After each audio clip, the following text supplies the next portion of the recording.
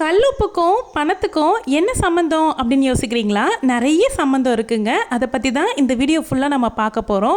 கல்லுப்பை வச்சு சின்ன சின்ன சூட்சமங்கள் நம்ம பண்ணும்பொழுது நம்ம கையில் எப்போவுமே பணப்புழக்கம் இருந்துகிட்டே இருக்கும் அப்படிங்கிறதுக்கான ஒரு சில பரிகாரங்கள் தான் இந்த வீடியோவில் நான் சொல்ல போகிறேன். அது மட்டும் இல்லாமல் கடன் தொல்லை நீங்கிறதுக்கும் கண் திருஷ்டி விலகிறதுக்கும் நம்ம வீட்டில் எப்போவுமே ஒரு நேர்மறை ஆற்றல் நிறைந்து இருக்கிறதுக்கும் கல்லுப்பை நம்ம பயன்படுத்த முடியும். இந்த பரிகாரத்துக்கு ஆயிரக்கணக்கில் செலவு பண்ணணும் அப்படின்னு அவசியம் இல்லைங்க. நம்ம வீட்டில் இருக்கக்கூடிய கல்லுப்பை பயன்படுத்தி நம்ம பயன்பெற முடியும். Welcome to my channel. நான் உங்கள் பிரியா.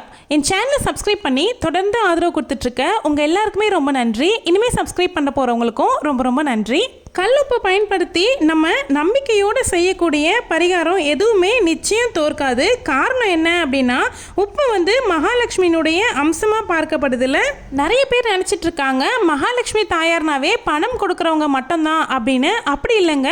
அஷ்டலக்ஷ்மி தேவிகள் இருக்காங்க. நமக்கு தேவையான அஷ்ட ஐஸ்வர்யங்களையும் அள்ளி அள்ளி கொடுக்கறதுக்கு மகாலட்சுமி தாயாருன்னு நம்ம பொதுவாக சொல்கிறோம். பட் அஷ்டலக்ஷ்மிகள் இருக்காங்க. இப்போது ஒரு பரிகாரமாக நான் ஒன் பை ஒன்னாக சொல்லிக்கிட்டே வரேன். நோட் பண்ணிக்கோங்க. ஒரு சிவப்பு நிற துணி எடுத்துக்கணும். அந்த துணியில் கல்லுப்பு நிரப்பிக்கணும். நம்ம வெறுமனே துணியில் நிரப்பணும் அப்படின்னா ஒரு கொஞ்சம் நாட்கள் ஆனதுக்கு அப்புறமா தண்ணி மாதிரி விட்டுரும். அதனால ஒரு பாலித்தீன் கவருக்குள்ள நீங்க கல்லுப்பை போட்டுக்கிட்டு அதை சிவப்பு துணி மேலே வச்சுக்கலாம்.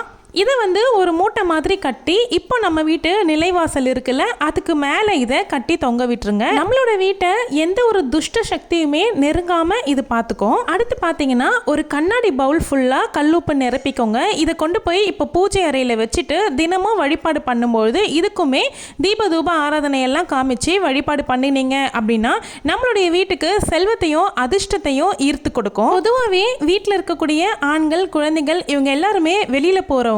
ஸோ வீட்டிலேயே இருக்கிறது நம்ம தான்.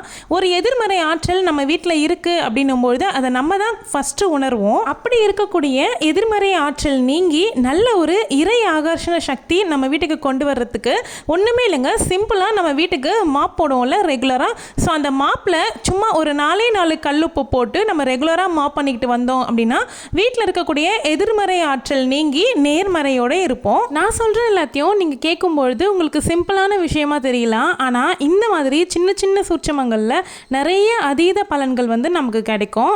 அடுத்து பார்த்தீங்க அப்படின்னா நம்ம மாதம் வாங்கக்கூடிய நம்மளுடைய வருவாய் இருக்குல்ல, சம்பள பணம், அது வாங்கினதுக்கு அப்புறமா முதல் செலவாக கல்லுப்பு வாங்கணும் அப்படின்னு சொல்கிறாங்க. இல்லை எங்களுக்கு வாரம் தான் வருமானம் வரும், மாத வருமானம் கிடையாது அப்படின்னு நினைக்கிறவங்க மாதத்தில் வரக்கூடிய முதல் வாரம் வர வருமானத்தில் நீங்கள் ஒரு கல்லுப்பு பேக்கெட்டை முதல் செலவாக நீங்கள் செய்யலாம். அதுலேயும் வெள்ளிக்கிழமை நேரத்தில் வாங்குறதுங்கிறது கூடுதலான சிறப்பு தான். இந்த மாதிரி நம்ம வாங்கக்கூடிய கல்லுப்பு நம்ம வீட்டு உபயோகத்துக்கு போக இந்த மாதிரி பரிகாரங்களுக்கு பயன்படுத்தினதும் போக நிறைய இருக்குது. என்கிட்ட ஒரு வீடியோவில் நான் பார்த்துருந்தேன். கமெண்ட்டில் ஒருத்தவங்க சொல்லியிருந்தாங்க என்கிட்ட 40 கிலோ அளவுக்கு கல்லுப்பு இருக்குது. நான் இந்த கல்லுப்பை என்ன பண்ணுறதுன்னு தெரியாமல் வீட்டிலேயே வச்சுருக்கேன், என்ன பண்ணலாம் அப்படின்னு சொல்லி கேட்டிருந்தாங்க கமெண்ட்டில். நான் என்ன சொல்வேன் அப்படின்னா, அப்படி நம்ம வாங்கி வைக்கக்கூடிய கல்லுப்பு நம்ம பயன்பாட்டுக்கு மீறி அதிகமாக இருக்குது அப்படின்னும் பொழுது ஏதாவது அன்னதானம் போடக்கூடிய கோவில் இருக்குது பார்த்தீங்களா, அந்த கோவிலில் நீங்கள் கொடுத்துடலாம். அந்த உப்பை அவங்க அன்னதானத்திற்கு போடக்கூடிய சாப்பாடுகளுக்கு பயன்படுத்துவாங்க. அது இன்னுமே உங்களுக்கு புண்ணிய காரியம் தான். நம்ம கையில எப்பவுமே பணத்துக்கு பற்றாக்குறையே வராத மாதிரி ஒரு சின்ன ஒரு சூட்சமம் சொல்லட்டுமா? முதல் செலவா உப்பு வாங்கணும் அப்படின்னு சொன்ன பாத்தீங்களா, இங்க நான் உப்புன்னு குறிப்பிடுறது எல்லாமே நீங்க கல்லுப்புன்னு புரிஞ்சுக்கோங்க. அப்படி நீங்க உப்பு வாங்குறதுக்கு கொண்டு போற காசு, அதாவது இப்போ ஒரு 10 ரூபாய் உப்பு பாக்கெட்னா நீங்க ஒரு 15 ரூபாவோ இல்ல 20 ரூபாவோ எடுத்துட்டு போய் அவங்க கிட்ட இருந்து மீதமுள்ள காசு வாங்குவீங்களா, உப்பு அதற்குடியே மீதமுள்ள காசு, அந்த காசை உப்பு ஜாடிக்கு அடியில் வச்சுக்கோங்க. அடுத்த தடவை நீங்கள் உப்பு வாங்குற வரைக்கும் அந்த சில்லறை காசு உப்பு ஜாடிக்கு அடியிலேயே வச்சிருங்க. இதே மாதிரி அடுத்த முறை நீங்கள் உப்பு வாங்குவீங்க இல்லையா, அப்போ வரக்கூடிய சில்லறை காசை இதுக்கு கூட வச்சுட்டு முன்னாடி வச்சதை எடுத்துட்டு ஒரு கண்ணாடி பாட்டிலில் சேமிச்சுட்டு வாங்க. இந்த மாதிரி உப்பு வாங்கி மீதமுள்ள காசை நீங்கள் தனியாக ஒரு கண்ணாடி பவுலில் சேமிச்சுட்டே வாங்க. அது அதிகமாக ஆனதுக்கு அப்புறமா அந்த காசை வச்சு நீங்கள் ஒரு வெள்ளி பொருளோ அல்லது சின்னதாக ஒரு தங்க பொருளோ வாங்கிக்கலாம். இன்னும் கேட்டிங்கன்னா நம்ம மாதம் மளிகை லிஸ்ட்டு எழுதுவோம் பார்த்தீங்களா, அதில் கூட நம்ம எழுதும்போது முதல்ல மஞ்சள் தூள் அல்லது கல்லுப்பு இந்த மாதிரி மங்கள பொருட்களில் தான் எழுத ஆரம்பிக்கணும் அப்படின்னு சொல்லுவாங்க. எத்தனை பேருக்கு இந்த விஷயம் தெரியும் அப்படின்னு கமெண்ட்ல சொல்லுங்க. அதே மாதிரி சமையலுக்கு கல்லுப்பு பயன்படுத்துறது ரொம்பவே நல்லது. அதுலேயும் நம்ம கல்லுப்பை கைகளால் சமையலுக்கு போடுறதுங்கிறது அதை விட நல்லதுன்னு சொல்லுவாங்க. கல்லடி பட்டாலும் படலாம், ஆனால் கண்ணடி மட்டும் படக்கூடாது அப்படின்னு சொல்லுவாங்க. அதாவது கந்திருஷ்டி ரொம்ப இருக்கிறதுலையே ரொம்ப ரொம்ப நம்மளை வந்து சக்தி வாய்ந்து தாக்கும் அப்படின்னா அது இந்த கந்திருஷ்டி தாங்க. அப்படிப்பட்ட கந்திருஷ்டியை போக்குறதுக்கு நமக்கு கிடைச்சிருக்க பொக்கிஷமான விஷயம் எது அப்படின்னா இந்த கல்லுப்பு தாங்க. நம்ம வீட்டில் இருக்கக்கூடிய ஒவ்வொரு கதவுக்குமே கதவுக்கு பின்னாடி ஒரு சின்ன கண்ணாடி பவுல்ல கல்லுப்பு போட்டு ஓரமாக வச்சிடணும். அது வந்து ஒரு வாரத்துக்கு ஒரு தடவையோ அல்லது ஒரு மாதத்திற்கு ஒரு தடவையோ கூட நீங்க மாத்தலாம். அதுக்கப்புறம் உங்க வீட்டு ஹால்ல எல்லாரும் கண் பார்வையில படுற மாதிரி ஒரு பவுல்ல கல்லுப்பு கொட்டி வச்சுக்கலாம். நீங்க அதுவுமே ரொம்ப நல்ல ரிசல்ட் கொடுக்கும். அதுக்கப்புறம் நமக்கு ஏற்படக்கூடிய கந்திருஷ்டியை போக்கிக்கிறதுக்கு சுத்தி போட்டு விடுறதுக்கு இன்னொரு ஆள் வேணும் அப்படிங்கிற அவசியமே இல்லைங்க.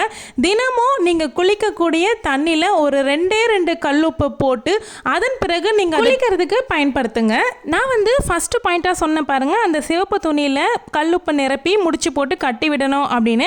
அதையே நீங்க இன்னொரு மெத்தட்ல கூட யூஸ் பண்ணலாம். நீங்க மனசுல எந்த காரியம் நினைச்சு நீங்க வேண்டுதல் பண்ண போறீங்களோ அதுக்கு நீங்க வெள்ளிக்கிழமை நாட்கள்ல வரக்கூடிய சுக்கிரஹோரையை நீங்க பயன்படுத்தி பாருங்க. ரொம்ப ரொம்ப நல்ல அதீத பலன் உங்களுக்கு கண்டிப்பா கிடைக்கும். வெள்ளிக்கிழமை காலையில வரக்கூடிய 6 to 7 சுக்கிரஹோரை இருக்குல்ல, அந்த நேரத்தை யூஸ் பண்ணிக்கோங்க. அதே மாதிரி ஒரு சதுர வடிவில் கட் பண்ண ரெட் கலர் கிளாத் எடுத்துக்கோங்க. உங்க கையில கல்லுப்பை ஒரு ஸ்பூனா போட்டு உங்க கையில வேண்டிக்கிட்டு 3 தடவை அந்த கிளாத் மேல வச்சுக்கோங்க. அது கூடவே உங்ககிட்ட செம்புல பண்ணக்கூடிய காயின் இருக்கும் பார்த்தீங்களா, அந்த செம்பு காயின் அது இருந்துச்சு அப்படின்னா அதை வந்து சேர்த்திக்கோங்க. அதுக்கப்புறம் நம்ம பயன்படுத்தக்கூடிய 1 ரூபாய் 5 ரூபாய் நாணயங்கள் வந்து சேர்க்க வேண்டாம். அது வந்து இரும்பு சம்மந்தப்பட்டதில்ல, அதனால அது பலன் மாறிடும். செம்பு காயின் இருந்தால் மட்டும் சேர்த்திக்கோங்க, இல்லைன்னா வெறுமனே கல்லுப்பு மட்டும் வச்சுக்கோங்க.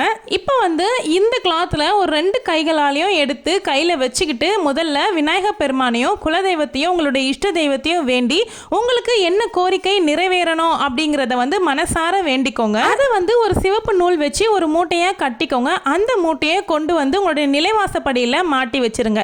உங்களுடைய கோரிக்கை நிறைவேற வரைக்கும் அந்த மூட்டை வந்து அங்கேயே மாட்டி வச்சிருங்க.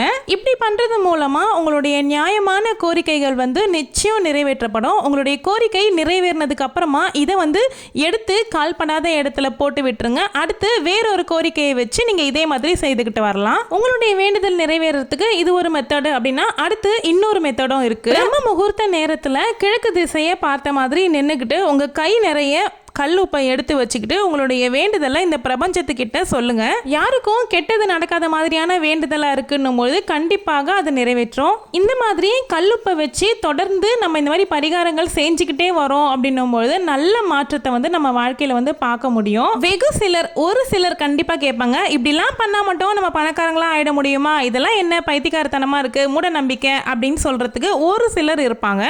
கடவுள் வந்து நம்ம யாரும் நேர்ல பார்த்து கடவுள் ஒருத்தர் இருக்காரு அப்படின்னு நினைச்சா நம்ம கும்பிட ஆரம்பிக்கிறோம். கடவுளை வந்து ஒரு ஒளி ரூபமா வடிவமைச்சு நம்ம வந்து ஒளியில ஜோதியில கடவுள் இருக்காரு அப்படிங்கறத வச்சுதானே நம்ம கும்பிட்டு இருக்கோம். அது எப்படி நம்ம நம்பிக்கையா பண்றோமோ அதே மாதிரி நம்பிக்கை செய்யக்கூடிய எந்த பரிகாரமே வீண் போகாது. பரிகாரம் எல்லாம் பண்ணா மட்டும் போதுமா, நம்ம நிச்சயம் வாழ்க்கையில முன்னுக்கு வந்துடலாமான்னு கேட்டீங்கன்னா அதுக்கான உழைப்பும் நம்ம கண்டிப்பா போடணும். உழைச்சா மட்டும்தான் நம்மளுடைய வாழ்க்கையில நம்ம நினைக்கிற இடத்தை அடைய முடியும். நமக்கு ஒரு விஷயம் நடக்கணும் அப்படின்னா அதுல வந்து 90% நம்மளுடைய முயற்சி உழைப்புங்கிறது இருக்கணும். 10% வந்து இறைவனுடைய அருள்ங்கிறது இருக்கு. இதே மாதிரி பிரம்ம முகூர்த்த நேரத்தினுடைய சிறப்புகள் பற்றியும் நிலைவாசல்ல செய்யக்கூடிய பூஜை பற்றியும் நான் ஏற்கனவே வீடியோ போட்டிருக்கேன். அதனுடைய லிங்க் வந்து டிஸ்கிரிப்ஷன்லயும் இந்த வீடியோ எண்டில் வரக்கூடிய வீடியோலையும் கொடுக்குறேன், கண்டிப்பா பாருங்க. அடுத்ததா பச்சை கற்பூரத்தை வச்சு பண்ணக்கூடிய சூட்சமங்கள் பத்தி வேணும் அப்படின்னா சொல்லுங்க, நான் அடுத்த வீடியோல கண்டிப்பா நான் போஸ்ட் பண்றேன். இன்னொரு அருமையான வீடியோல சந்திக்கலாம். தேங்க்யூ.